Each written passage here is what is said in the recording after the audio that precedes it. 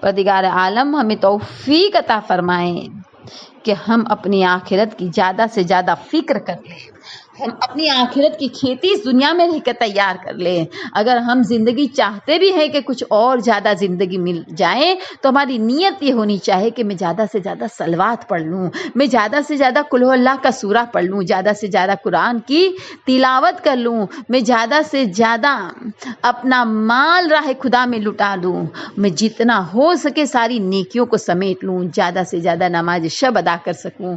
عزیزان گرامی، یعنی میں اپنی آخرت کی کھیتی کو تیار کرنے کے لیے وقت چاہتی ہوں۔ تو عزیزان گرامی، یہ روایت جو ہے ازبق بیان کرتے ہیں کہ ایک دن میں جناب سلمان محمدی کی خدمت میں گئے۔ کبھی سلمان، عزیزان گرامی، فارسی نہ کہنا، ہمارے رسول نے منع کیا ہے، سلمان محمدی کہو۔ کہتے کہ میں ایک مرتبہ سلمان محمدی کی خدمت میں گیا، دیکھا سلمان بیمار ہے۔ عزیزان گرامی، ہمیں تھوڑی سی بیماری آ جاتی ہے تو ہم لوگ نہ جانے کتنے پریشان ہو جاتے ہیں، ٹینشن کرنے لگتے ہیں، ہمیں اچھا معلوم نہیں ہوتا، مگر حقیقت یہ ہے عزیزان گرامی کہ اللہ کا ہر فیصلہ خیر اور خیر ہے۔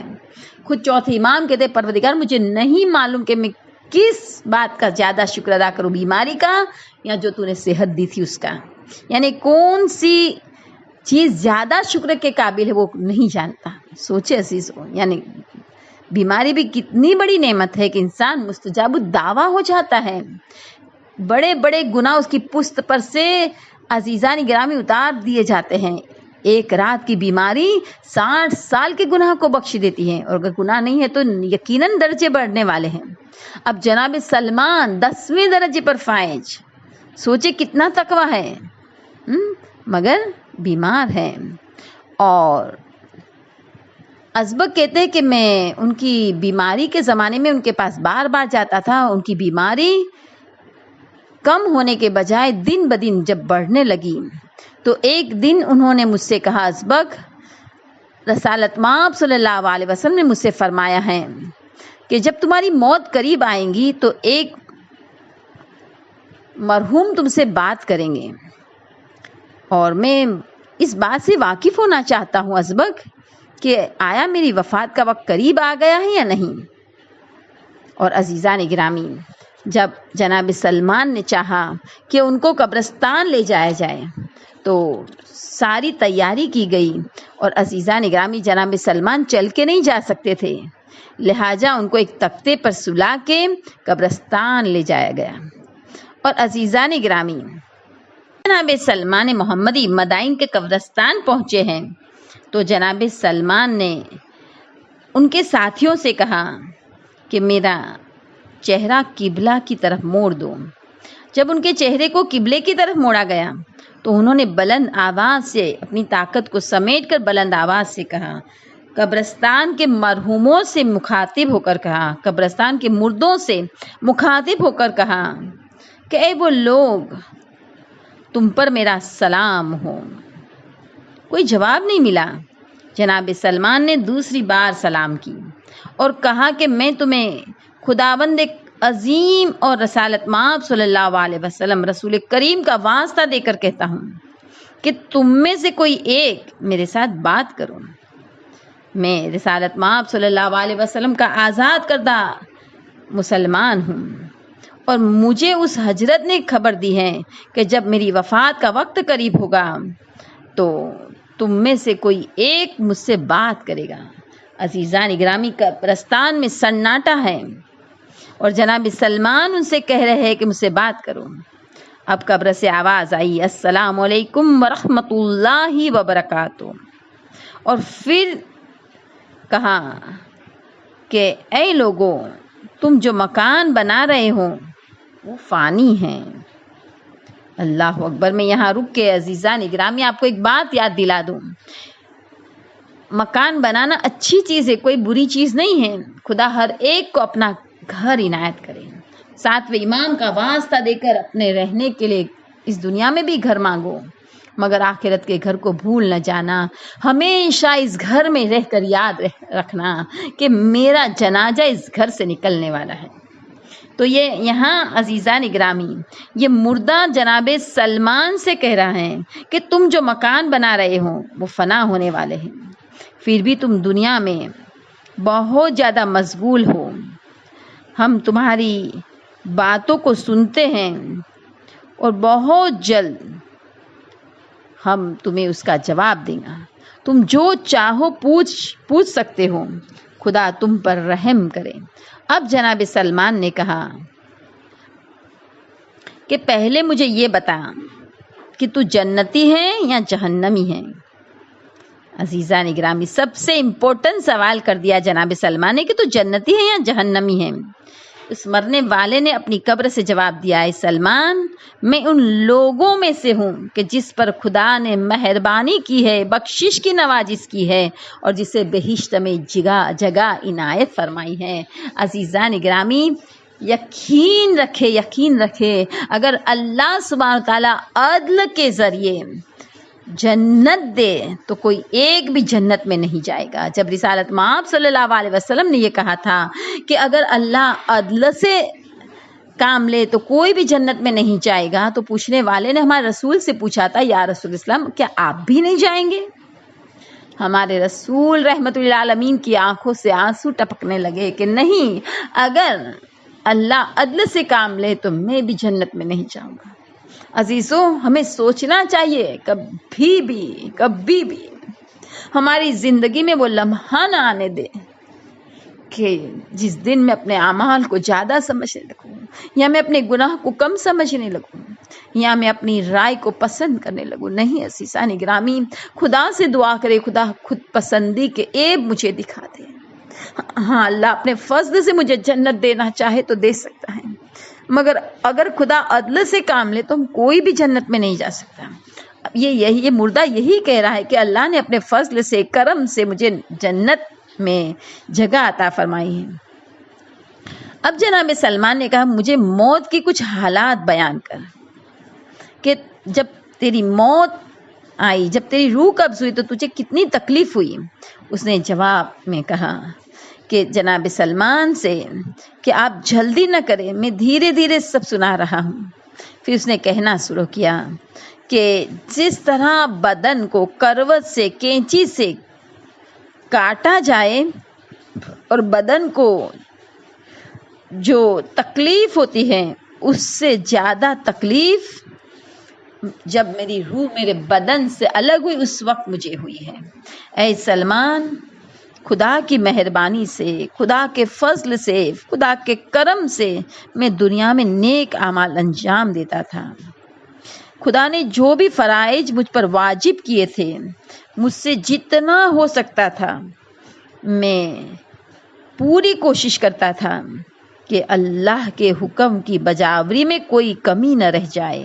ماں باپ کی خدمت کرتا تھا، ماں باپ کی اطاعت کرتا تھا، تلاوت قرآن کرتا تھا، نماز اور روزے کے فرائض کو ادا کرتا تھا۔ اے سلمان، میں حرام سے پرہیز کرتا تھا، کسی پر کبھی ظلم نہیں کرتا تھا، اور میں حلال رزق کمانے کے لیے محنت کرتا تھا تاکہ قیامت کے دن جب خدا کے سامنے حساب کے لیے کھڑا رہنا پڑے تو وہ میرے لیے تکلیف دہ نہ ہو۔ لہٰذا میں حلال رزق کماتا تھا اور حلال رزق کے لیے محنت کرتا تھا۔ عزیزو یاد رہے کہ حلال رزق کو کمانا نماز کے بعد کی سب سے بہترین عبادت ہے۔ یہ مرنے والا شخص جو جناب سلمان سے بات کر رہے ہیں عزیزان گرامی، وہ حلال رزق بھی کماتے تھے، یعنی حرام لقمہ نہیں کھاتے تھے۔ عزیزان گرامی، پھر انہوں نے جناب سلمان سے کہا کہ ایک دن میں بیمار ہو گیا اور بیماری میں میرا آخر وقت آ گیا۔ اس وقت ایک ڈراؤنی صورت والا شخص میرے سامنے آ کے کھڑا ہو گیا، اور وہ شخص ہوا میں معلق تھا، یعنی ہوا میں لٹکا ہوا تھا، ہوا میں معلق تھا، اور نہ وہ آسمان کی طرف جا رہا تھا نہ زمین کی طرف۔ اس نے میری آنکھوں کی طرف اشارہ کیا، میری آنکھوں کا نور چلا گیا، میرے کانوں کی جانب اشارہ کیا۔ اسی وقت میرے کانوں نے سننا بند کر دیا۔ اس نے میری زبان کی طرف اشارہ کیا، میری زبان بولنے سے عاجز ہو گئی، اب میری زبان بول نہیں سکتی تھی، اور میرا یہ حال دیکھ کر میرے اہل و عیال، میرے عزیز، میرے دوست رونے لگے۔ اس وقت میں نے پوچھا اے شخص تو کون ہے؟ اس نے جواب دیا میں ملک الموت ہوں، کیونکہ تیری حیات کی مدت، تیری زندگی کی مدت ختم ہو چکی ہے، اب تیری روح کو میں قبض کر کے تجھے دنیا سے آخرت کی جانب لے جانا چاہتا ہوں۔ عزیزان گرامی، ابھی تو وہ جواب ہی دے رہا تھا ملک الموت، اتنے میں دوسرے 2 لوگ آ گئے، اور دنیا میں نے جتنے لوگوں کو دیکھا تھا ان سارے لوگوں میں یہ لوگ سب سے خوبصورت تھے۔ اس میں سے ایک میرے داہنی جانب آ کے بیٹھا اور دوسرا، انہوں نے مجھے سلام کی، السلام علیکم ورحمۃ اللہ وبرکاتہ، اور پھر بولے کہ ہم تیرے پاس اس لیے آئے ہیں ہم تجھے تیرا اعمال نامہ دکھائے۔ انہوں نے عزیزان گرامی میرا نامہ اعمال دکھانا شروع کیا اور بتایا کہ ہم دونوں وہ فرشتے ہیں جو دنیا میں ہمیشہ تیرے ساتھ رہتے تھے، اور تو جو بھی نیک عمل کرتا تھا ہم لکھ لیتے تھے، جو تو برا کام کرتا تھا ہم لکھ لیتے تھے۔ اس کے بعد ان لوگوں نے میرا نیکی کا نامہ اعمال میرے ہاتھ میں رکھا، اتنی خوشی ہوئی مجھے کہ میں نہیں بتا سکتا۔ پھر اس میں سے دوسرے فرشتے نے میرا گناہ کا نامہ میرے ہاتھ میں رکھا، میری جو خوشی تھی وہ غمی میں تبدیل ہو گئی، میں رونے لگا۔ جس فرشتے نے نیکی کا نامہ میرے ہاتھ میں رکھا تھا اس کا نام رقیب تھا، اور جس نے گناہ کا نامہ میرے ہاتھ میں رکھا تھا اس کا نام عتید تھا۔ ایک کا نام جو نیکی کا نامہ لے کے آیا تھا وہ رقیب تھا، اور جو گناہ کا نامہ لے کے آیا تھا وہ عتید تھا۔ اے سلمان، انہوں نے جب مجھے دیکھا کہ میں بہت زیادہ رو رہا ہوں تو انہوں نے مجھ سے کہا کہ تجھے بشارت ہو، تیرے لیے خیر اور نیکی ہے۔ اس کے بعد ملک الموت آ گیا ہے اور میری روح نکالنے لگا۔ اے سلمان، میں بیان نہیں کر سکتا، زمین اور آسمان کی ساری سختیوں سے یہ سختی بہت زیادہ تھی، میری جان کھینچ کر میری سینے تک آ پہنچی۔ انہوں نے ایک اوزار سے، ایک ہتھیار سے اشارہ کیا، اور وہ ہتھیار اتنا گرم تھا کہ اگر تمام پہاڑوں پہ رکھا جائے تو وہ پہاڑ پگھل کے پانی ہو جائے، اور اس نے اشارہ کیا اسی ہتھیار سے، اور میری روح ناک تک کھینچ کر آ گئی۔ اللہ اکبر عزیزو، یہ کون بیان کر رہا ہے؟ ایک جنتی بیان کر رہا ہے۔ کسے بیان کر رہا ہے؟ جناب سلمان محمدی سے۔ سوچیے عزیزو، ہم کتنا آسان لیتے ہیں کہ تھجے تھسے جویو جسے۔ عزیزان گرامی، یقیناً خدا ہمیں توفیق عطا فرمائے کہ ہمیشہ ہم اپنے خدا سے فضل کی التماس کرتے رہیں، ہمیشہ اپنی آخرت کی فکر کرتے رہیں، اپنی آخرت کا سامان توشہ تیار کرتے رہیں۔ جس کام کے لیے خدا نے ہمیں بھیجا ہے ہم نہ بھولیں۔ عزیزان گرامی، وہ مردہ کہتا ہے سلمان، جتنے لوگ وہاں میرے پاس جمع ہوئے تھے سارے میرے رشتہ دار رونے لگے، اور وہ لوگ جو کچھ بولتے تھے میں سب کچھ سن رہا تھا، جو کچھ وہ لوگ کر رہے تھے میں دیکھ رہا تھا، اور جب میرے رشتہ داروں نے رونا بڑھا دیا، اور یقیناً کوئی بھی اگر ضعیف بھی انسان اس دنیا سے اٹھ جاتا ہے تو رشتہ دار جب وہ اس دنیا سے اٹھتا ہے، اگر ہم رونا سنتے تو ہمارا دل ہل جاتا ہے۔ عزیزان گرامی، تو رشتہ دار میرے رو رہے تھے تو ملک الموت ان لوگوں کی طرف غصے سے دیکھ کر کہا کہ اس طرح کیوں روتے ہو؟ میں نے تم پر کوئی ظلم نہیں کیا ہے، میں نے تو اپنے خدا کے حکم پر بس عمل کیا ہے، اور ہم سب ایک خدا کے بندے ہیں، اور اگر حق تعالیٰ نے حکم دیا ہوتا تم ہماری روح قبض کرو تو تم بھی ہمارے ساتھ وہی کرتے، کیونکہ اللہ کے حکم کی اطاعت تو سب کو کرنا ہے۔ خدا کی قسم، میں نے تمہارے رشتہ دار کی روح اس لیے قبض کی کہ دنیا کی اس کی روزی ختم ہو گئی ہے، اس کی عمر تمام ہو گئی ہے اور اب اسے پروردگار کی جانب لے جانا ہے، اور پھر جو خدا چاہے گا اس کے ساتھ وہ سلوک کرے گا۔ تم اس وقت صبر کرو گے تو تمہیں ثواب ملے گا، بے صبری کرو گے، سرا سے الٹا کرو گے تو تم گنہگار ہوگے۔ عزیزان گرامی، کوئی یہ نہ سمجھے کہ رونا منع ہے، نہیں، رونا منع نہیں ہے عزیزان گرامی، مگر اگر ہم توجیہ مسائل کے مسئلے دیکھتے ہیں تو ہمیں معلوم ہوتا ہے بہت زیادہ زور سے رونا مکروہات میں سے ہے۔ تو عزیزان گرامی، اور حقیقت یہ ہے کہ اگر خدا نہ کرے گھر کا کوئی فرد اس دنیا سے چلا جائے تو تھوڑا صبر سے کام لیں گے تو ہمیں عزیزان گرامی انہیں اچھے ہم تحفے دے سکیں گے، اور اگر ہم بے صبری کریں گے، صرف رونے میں پڑے رہیں گے تو عزیزان گرامی ان کو جو تحفے ساتھ دینے ہیں اس میں ہو سکتا ہے کہ کوئی چیز رہ جائے جو پڑھ کے بخشنا ہے، جو ہمیں ساتھ میں دینا ہے۔ لہٰذا اللہ کی قضاء و قدر پر ہمیشہ راضی برضا رہیں، ہمیشہ پریپیئر رہیں کہ کس کو کب جانا ہے پتہ نہیں ہے۔ پروردگار عالم ہم سب کو صبر جمیل اور اجر عظیم عطا فرمائیں۔ تو عزیزان گرامی، یہ مردہ جناب سلمان سے ساری بات کر رہا ہے اپنی خود کی، کہ اے سلمان، جب مجھے غسل دینے کی تیاری ہونے لگی تو میری روح وہیں پر کھڑی تھی۔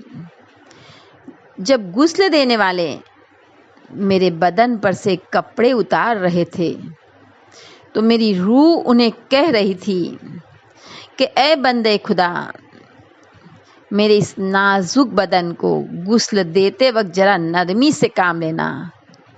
قسم خدا کی، جب میں اس بدن سے نکلی ہوں تو اس کی بدن کی ایک ایک نس ٹوٹی ہوئی ہے، اس کے سارے اعضاء ٹوٹ چکے ہیں، لہٰذا بہت آرام سے نلانا، آرام سے غسل دینا۔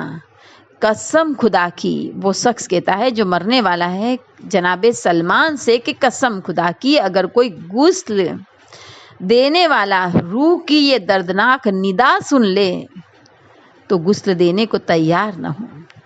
عزیزو، یہ بھی اللہ کا لطف ہے کہ روح پکار رہی ہے مگر غسل دینے والے نہیں سنتے۔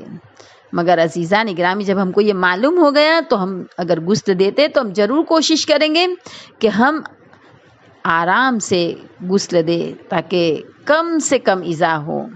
عزیزان گرامی،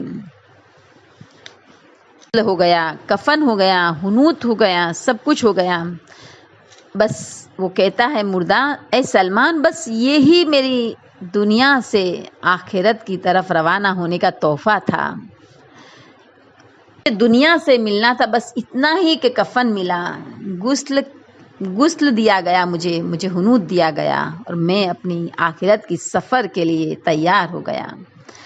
اور پھر وہ مردہ کہتا ہے سلمان، جب میرے رشتہ داروں نے میرے بدن کو جنازے میں رکھا، جنازہ پڑھ کے مجھے قبرستان لے جایا گیا، اور جب مجھے قبر کے اندر رکھا گیا تو مجھے ایسا محسوس ہو رہا تھا مانو کسی نے آسمان سے مجھے زمین پر پٹک دیا ہو، اور مجھے بہت زیادہ خوف محسوس ہو رہا تھا۔ لوگ میری قبر کو بنا کر ماٹی ڈال کے چلے گئے۔ جب لوگ ایک دوسرے سے کہتے تھے کہ چلو اب جائیں گے تو ان کے ان الفاظ کو سن کے مجھے بہت زیادہ دکھ ہوتا تھا۔ میں بھی چاہتا تھا کاش میں بھی ان لوگوں کے ساتھ واپس چلا جاؤں، مگر اب یہ پاسبل نہیں تھا۔ اتنے میں قبر کے کونے سے کسی نے جواب دیا کہ نہیں، اب تم کہیں نہیں جا سکتے۔ عزیزان گرامی، میں نے پوچھا کون ہے جو میرے ساتھ بات کرتا ہے؟ کہا کہ میں ایک فرشتہ ہوں، میرا نام منبہ ہے۔ خداوند عالم نے مجھے اس کام کے لیے مقرر کیا ہے کہ جو بھی اس دنیا سے چلا جائے اور جسے بھی قبر میں رکھا جائے تو میں اس نے جو بھی عمل کیے ہو اس کے ہاتھ سے لکھنے کے لیے کہوں، تاکہ خدا کے پاس حجت ہو یہ اعمال۔ اس نے مجھے قبر میں بٹھا دیا اور کہا کہ تیرے سارے اعمال لکھ ڈال۔ میں نے کہا ارے مجھے تھوڑی میرے سارے اعمال ابھی یاد ہے تو میں لکھ دوں۔ عزیزان گرامی، وہ منبہ نے مجھ سے، وہ کہتا ہے وہ مردہ کہ منبہ نے مجھے سارے اعمال یاد دلائے اور کہ یہ عمل لکھنا ہے، یہ عمل لکھنا ہے، اور میرے ہی کفن کو کاغذ بنا دیا گیا اور میں نے اپنے ہی کفن پر لکھنا شروع کیا اپنے ہاتھوں سے اپنے اعمال، اور پین میری شہادت کی انگلی تھی اور لعاب میرا انک تھی، یعنی میرا تھوک، میرا لعاب میری انک تھی، میرا کفن میرے لیے کاغذ تھا، اور منبہ نے مجھے سارے اعمال یاد دلانا شروع کیے، اور جس طرح وہ لکھاتا گیا میں نے پورے نامہ اعمال کو لکھتا گیا، اور کوئی چھوٹا عمل بھی باقی نہیں رہنے دیا کہ جو لکھا نہ ہو۔ جب سارے اعمال لکھ لیے تو اسی اعمال نامے کو مہر کر کے توق کی طرح میرے گلے میں پہنا دیا گیا۔ مجھے وہ اتنا بھاری لگ رہا تھا کہ مجھے ایسا لگتا تھا کہ سارے پہاڑوں کا توق بنا کر میرے گلے میں ڈال دیا ہو۔ ابا نے مجھ سے کہا کہ یہ تیرا حساب تو قیامت کے دن جب اٹھے گا تو تیرے ساتھ ہوگا۔ عزیزان گرامی، اور جب قیامت کے دن اٹھایا جائے گا تو یہ اعمال نامہ ساتھ ہوگا، اسے سنایا جائے گا۔ پروردگار عالم قیامت کی رسوائی سے ہم سب کو بچائے۔ عزیزان گرامی، اگر ہم مومن ہیں تو ہمارے تمام اعمال ایسے ہونے چاہیے، کیونکہ مومن کی ایک نشانی یہ ہے کہ اگر اس کے سارے اعمال اہل محشر کے سامنے رکھے جائے تو اسے ایک عمل کے لیے بھی شرمندگی نہ ہو۔ خدا کرے ہمارے ہر اعمال ایسے ہو کہ ہمیں کسی عمل کے لیے شرمندگی نہ ہو۔ عزیزو، اگر ابھی بھی وقت ہے جب تک سانس چل رہی ہے، جتنی غیبتیں کی ہے زندگی میں، آج معافی مانگ لے۔ جھوٹ بولا ہے معافی مانگ لے، کسی کا دل دکھایا ہے معافی مانگ لے۔ عزیزو، جو گناہ یاد ہے، جو بھول چکے ہیں، سب کی معافی مانگنے کا وقت ہے، کیونکہ جب تک سانس چل رہی ہے توبہ کا راستہ کھلا ہے۔ پروردگار عالم ہمیں سچی توبہ کی توفیق دے، اور خدا سے دعا کرے پروردگار اس وقت تک موت نہ دینا جب تک سچی توبہ نہ کر لیں۔ وہ مردہ جناب سلمان سے کہتا ہے کہ اے سلمان، پھر وہ فرشتہ تو چلا گیا مجھے یہ گلے میں میرا نامہ اعمال ڈال کے، مگر اس کے بعد فوراً دوسرا فرشتہ آیا منبہ کے جانے کے بعد، اور اس کی خلقت، ہیبت عجیب طرح کی تھی۔ اس کے ہاتھ میں ایک لوہے کا گرج تھا، وہ اتنا وزنی تھا کہ تمام انسان اور جنات اسے اگر حرکت دینا چاہے تو حرکت نہ دے سکتے۔ اس نے آ کے نعرہ مارا، اگر زمین والے سنتے تو ہلاک ہو جاتے۔ مجھے پوچھنے لگا، اے بندے خدا مجھے بتا تیرا پروردگار کون ہے، تیرا دین کون سا ہے، تیرا پیغمبر کون ہے، تیرا امام کون ہے، تو کون سے طریقے پر اس دنیا سے گیا ہے، تو کون سا اعتقاد رکھتا تھا۔ یہ مردہ کہتا ہے کہ سلمان میں اتنا گھبرا گیا تھا کہ میری زبان میرے تالو پہ چپک کر رہ گئی، اور میں کچھ نہیں بول سکتا تھا، نہ مجھے کچھ یاد آتا تھا، نہ مجھے کوئی ہوش تھا کہ مجھے کیا جواب دینا چاہیے۔ میرے بدن کے جوڑ ڈھیلے ہو گئے، اور میں اتنا گھبرایا، اتنے میں میرے پروردگار کی جانب سے رحمت نازل ہوئی۔ میرے دل میں ہمت آئی، اور میں نے اس وقت کہنا شروع کیا کہ اے بندے خدا، تو مجھے کیوں ڈرا رہا ہے؟ میں گواہی دیتا ہوں کہ خداوند عالم میرا پروردگار ہے، حضرت محمد مصطفیٰ صلی اللہ علیہ وسلم میرے پیغمبر ہے، اسلام میرا دین ہے، قرآن میری کتاب ہے، کعبہ میرا قبلہ ہے، امیر المومنین علی ابن ابی طالب علیہ السلام میرے امام ہے۔ یہ سب جب کہنے لگا تو یہ جواب جب سنے اس فرشتے نے،